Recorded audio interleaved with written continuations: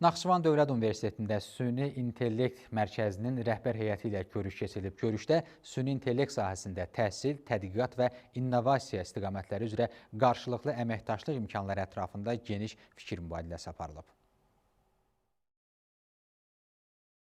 Naxçıvan Dövlət Universitetinin rektoru Elbrus İsayev bu cür görüşlərin strateji əhəmiyyət daşıdığını vurğulayaraq bildirib ki, gələcəkdə bu, ali təhsil ocağında süni intellekt mərkəzlərinin yaradılması, habelə rəqəmsallaşmanın genişləndirilməsi əsas prioritetlərdəndir. Görüşdə süni intellektlə bağlı seçmə fənlərin tədrisinə marağın böyük olduğu və ilkin mərhələdə bu istiqamətdə həm bakalavr, həm də magistratura üzrə tədris proqramları və sillabusların hazırlandığı və tətbiqinin nəzərdə tutulduğu açıqlanıb. Nəzərə çatdırılıb ki, ali təhsil müəssisəsində tibb sahəsində süni intellekt texnologiyalarının tətbiqi ilə bağlı işlərin aparılması gözlənilir.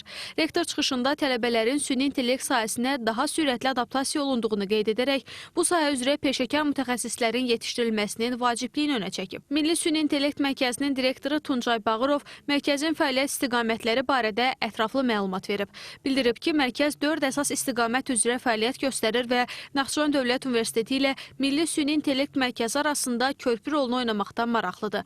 O, infrastrukturun gücləndirilməsi, mütəxəssislərin hazırlanması, birgə tədqiqatların aparılması və əlaqələrin genişləndirilməsinin vacibliyini önə çəkib. Tuncay Bağırov Smart Office modelinin üstünlüklərindən danışaraq, süni intellekt sahəsində mütəxəssislərin cəlb ediləcəyini, proqram və layihələrə dəstək göstəriləcəyini də bildirib. Görüşün sonunda Naxçıvan Dövlət Universiteti ilə Milli Süni İntellekt Mərkəzi arasında əməkdaşlığa dair memorandum imzalanıb. Fəxriyə Səyyadova, Tərlan İbrahimova, Akşin Məhərrəmov, NTV Xəbər.